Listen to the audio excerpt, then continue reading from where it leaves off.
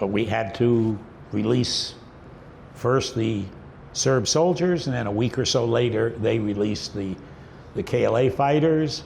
That was satisfying. The negotiations to get the soldiers released was much more complicated. Serbia at first said they were not going to release any KLA insurrectionists, and the KLA said, well, if they don't reciprocate, we're not going to release the young soldiers who had been captured by the KLA. The Serb soldiers who were captured were all conscripts.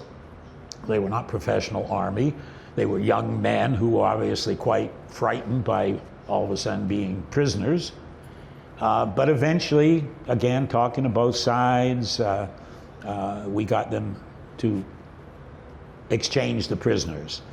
We couldn't do it as an exchange because Serbia was not willing to admit that this was an exchange.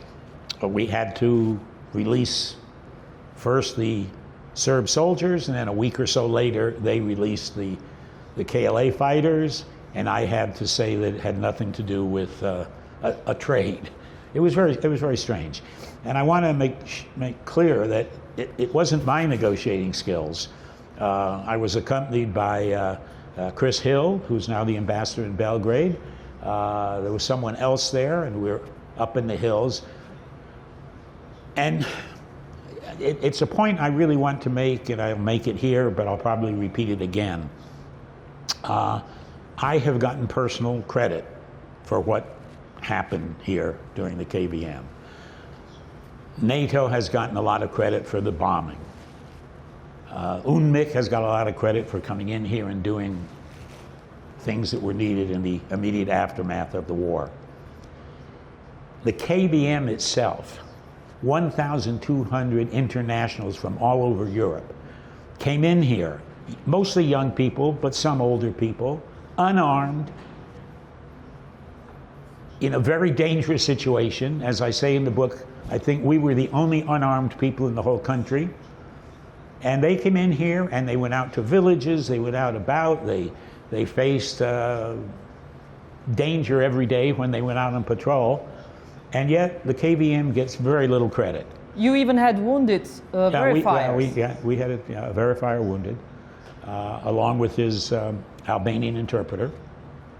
That was an interesting experience because it was at about the same time as Ratchak, and I was told that one of our verifiers, I believe he was Canadian, and the night before, in his orange vehicle with his interpreter, they had received incoming fire, and they had both been wounded. And we assumed that it was the Serb military that had done this, because we just assumed it.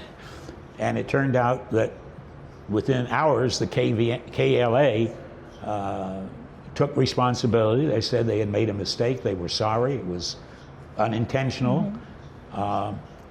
So that showed to me that the KLA was willing to admit its mistakes.